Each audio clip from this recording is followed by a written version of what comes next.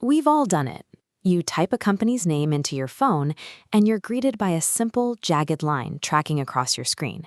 It looks like a clear path, but that simple line only plots a single piece of information, where the price ended up when the market closed. It hides the actual journey of how it got there.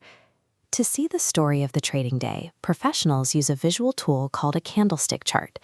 Looking at these bright green and red blocks for the first time can be intimidating, but they aren't complex math problems. Every block is a visual record of a daily tug-of-war between buyers and sellers. Think of the market as a physical playing field. On one side, you have buyers trying to pull the price higher. On the other, sellers are planting their feet, trying to drag that price lower. This diagram isolates a single day of that battle. The thick center section is the body. If the buyers pull the price up by the end of the day, the body turns green. If the sellers drag the price down, the body turns red. The color tells you who won the day's match, but the body only shows the final score. These thin lines extending from the top and bottom are called wicks, and they represent the extreme limits of the daily struggle. A long wick acts like a high watermark. It shows exactly how far the losing team managed to pull the rope at their strongest moment before getting overpowered and dragged back. By reading these physical dimensions, the chart becomes a map. You can see exactly where one side exhausted energy and where the other side gained momentum. Now, let's look at a multi-day battle. This chart shows a sequence of candles. Each block represents one full day, and lining them up reveals the broader trend of the market. In this scenario, we have a clear downward slope. The sellers are pulling the price lower day after day, and they appear to have total control of the rope. But then, an anomaly appears at the bottom. We see a strange shape with a tiny body, but a massively long wick pointing straight down. Traders call this a hammer. Using our tug-of-war rules, this shape tells a specific story.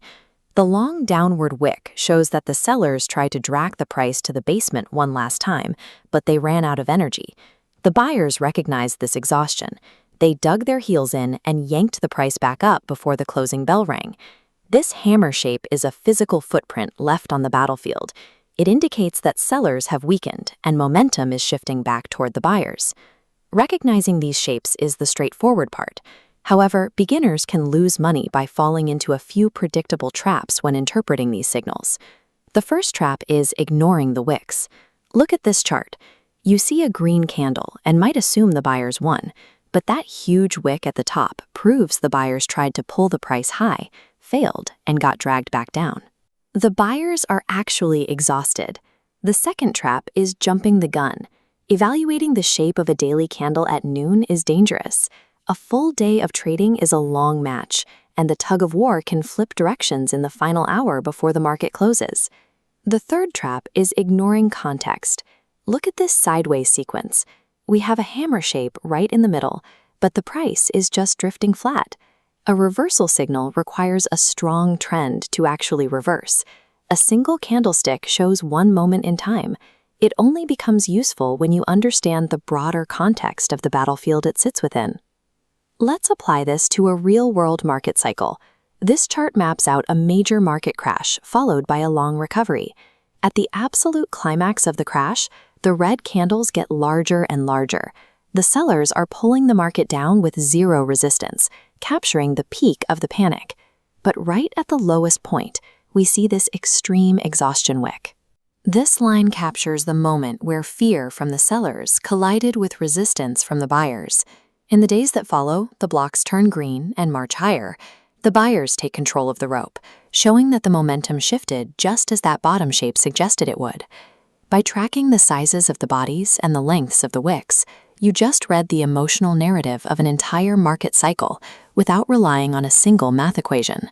These charts act as living maps of human emotion, tracking the endless cycle of fear and greed. The next time you look up a stock, don't just check where the price line ended up. Look at the blocks and the wicks. Ask yourself, who is actually winning the daily struggle? Once you translate this visual language, the noise of the financial market fades away, leaving behind a readable story of collective human behavior.